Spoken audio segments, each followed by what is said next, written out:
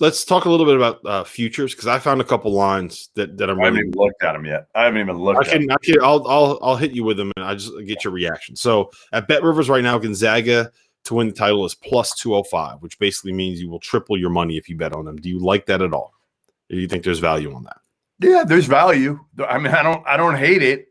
I don't hate it. I just, man, the problem is with COVID, you just feel like, man, it's not an ordinary year. Yep. Right? It's not an ordinary. If it were an ordinary year, I'd be like, okay, you know what? Yeah, I'll load it up on the Zags. But I feel like with COVID, no, I'm not ready to load up on Gonzaga. One thing goes wrong, and everything changes. Yeah, I think that's if there was no worries about having one positive test knocking somebody out of the tournament, I would be all over Gonzaga at that number. My hot take is that they win the title without playing a game that ends in single digits. You know, they go on like a 2009 North Carolina kind of run through the big dance.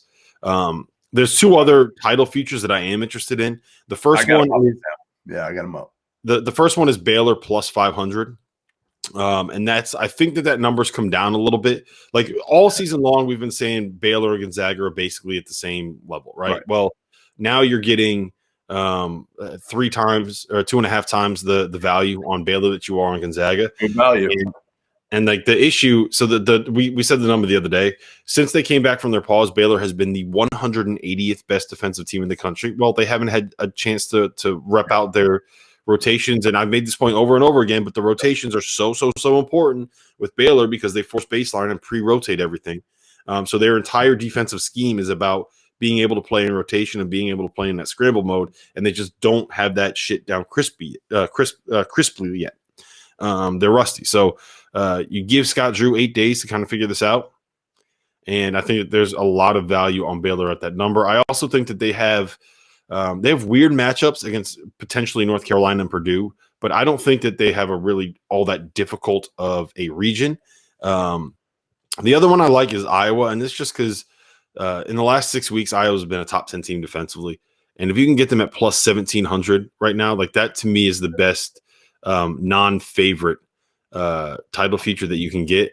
But that's, again, you're rolling the dice on the fact that they are really, really good defensively, and we don't really know if they actually are that good. Yeah, I like the one that sticks out to me. There are a bunch. I mean, there are a bunch I like here.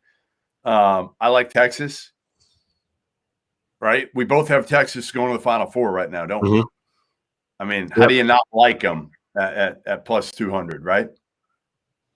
Plus Texas, plus 200 to what? What are they? To win it all, right? Plus 2,000. Oh, plus 2,000. I'm sorry. That's what I meant. Yeah, plus 2,000. My eyes are not good. I need my glasses on better. Plus 2,000 Texas. I mean, Alabama, plus 2,000? Not bad. Yeah, I actually have. So the future that I like for both of them is plus 450 to get to the Final Four.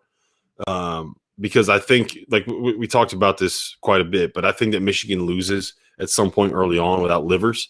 And if you can get those two at that price to get to the Final Four. Now, the thing is, I don't know if either of them can beat Gonzaga.